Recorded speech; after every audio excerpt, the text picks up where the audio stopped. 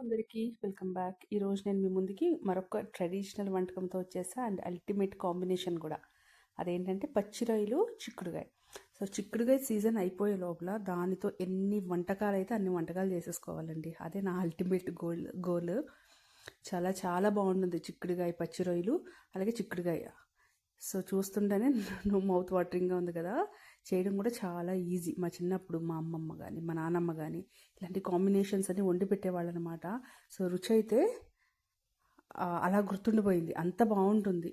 So చేయడం కూడా చాలా ఈజీ. సో మీకు ప్రాసెస్లోకి వెళ్ళిపోదాం రండి, మరి ఇంకెందుకు ఆలస్యం. సో ముందుగా ఒక కడాయి పెట్టుకుని దాంట్లో ఒక 2 to 3 స్పూన్స్ ఆయిల్ వేసుకోవాలి. కొంచెం నాన్ వెజ్ కాబట్టి ఆయిల్ పడుతుంది. దీంట్లో ఒకటి పెద్ద పెద్ద ఆనియన్, అలాగే 3 to 4 గ్రీన్ చిల్లీస్ వేసుకున్నా. సో ఆనియన్ ఎక్కువ వేస్తే రొయ్యలు ఆల్రెడీ కొంచెం స్వీట్గా ఉంటుంది కాబట్టి మళ్ళీ స్వీట్గా అనిపిస్తుంది. సో అందుకే ఆనియన్ తక్కువ వేసుకున్నా. వీటిని చక్కగా ఫ్రై అవ్వనివ్వాలన్నమాట.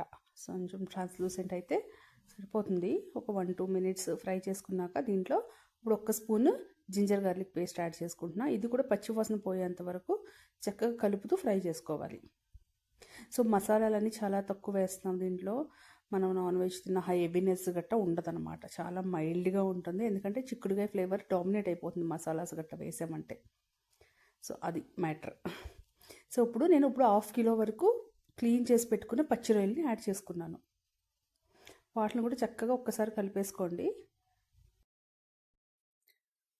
ఇవి కూడా చక్కగా 1 నిమిషం పాటు కలుపుతూ ఉండాలి. అలాగా ఇప్పుడు మనకి రుచికి సరిపడా సాల్ట్ యాడ్ చేసుకున్నా.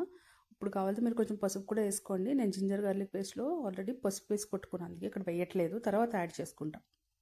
సో పసుపు కూడా వేసుకుని ఒక్కసారి అలాగా కలిపేసుకుని సరే చక్కగా లిడ్ క్లోజ్ చేసుకుని ఒక 2 మినిట్స్ లేదా 3 మినిట్స్ పెట్టేసుకున్నామంటే ఇలాగ వాటర్ అనేది చక్కగా రిలీజ్ అవుతాయి అన్నమాట ప్రాన్స్ నుంచి. ఇప్పుడు ఒక్క టొమాటో చాలా చిన్నగా కట్ చేసుకున్నాను, ఫైన్గా చాప్ చేసుకుని ఒక టొమాటో వేసుకున్నాను. వాటిని కూడా కలిపేసుకుని 1/2 కిలో ప్రాన్స్కి ఒక 1/4 కిలో వరకు చిక్కుడుగాయలు తీసుకున్నాను అనమాట. సో చిక్కుడుగాయలు క్లీన్గా కడుక్కుని ముక్కల కింద కట్ చేసుకున్నది అనమాట, ఒక 1-2 ఇంచ్ లెంత్లో. సో ఒక 1/4 కిలో వరకు చిక్కుడుగాయలు వేసేసుకుని వీటిని కూడా చక్కగా కలిపేసుకోవాలి.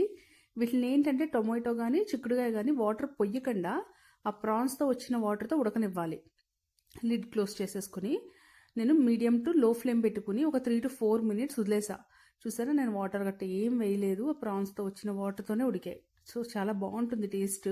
ఇలా చిక్కుడుగాయ కూడా చాలా టేస్టీగా ఉంటుంది ఇలా ఉడకడం వల్ల. సో ఫస్టే వాటర్ పోసేసామనుకోండి చప్పగా అనిపిస్తుంది అనమాట ముక్క.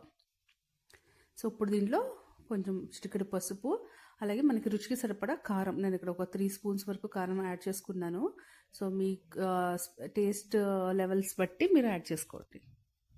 వీటిని ఇప్పుడు 1 నిమిషం పాటు చక్కగా కలిపేసుకోండి. సో ముక్కలకి ఉప్పు కారం అంతా చక్కగా కోట్ అవుతుంది అనమాట. అలాగే మనం వేసుకున్న కారం కూడా 1 నిమిషం అలాగా ఆయిల్లో ఫ్రై అవ్వాక ఇప్పుడు ముక్కలు ములిగేంత వరకు ఒక 1/2 గ్లాస్ వాటర్ పట్టాయి నాకు. ఒక 1/2 గ్లాస్ వాటర్ అయితే యాడ్ చేసుకున్నాం. సరే దీన్ని కూడా ఒకసారి కలిపేసుకుని మనం లిడ్ క్లోజ్ చేసుకుని కూర దగ్గర పడేంత వరకు మీడియం టు లో ఫ్లేమ్లో పెట్టేసుకోవాలి. ఒక 3 మినిట్స్కి అలాగా నాకైతే కూర దగ్గర పడిపోయింది. చూసారా, ఇప్పుడు 1 స్పూను ధనియాల పౌడరు, అలాగే 1 గుప్పెడు కొత్తిమీర వేసేసుకుని కలిపేసుకుని ఇంకా మనం సర్వ్ చేసేసుకోవడమే. యమ్మీ టేస్టీ ట్రెడిషనల్ వంటకం రెడీ అయిపోయింది. చాలా బాగుంటుంది. చిక్కుడుకాయలు అవైలబుల్ ఉన్న వాళ్ళు తప్పకుండా ట్రై చేయండి. చూసారా గ్రేవీ కన్సిస్టెన్సీ ఎలాగొచ్చిందో. మీకు కనుక రెసిపీ నచ్చితే వీడియోని లైక్ చేయడం, ఛానల్ని సబ్స్క్రైబ్ చేసుకోవడం మర్చిపోకండి. Thank you so much for watching.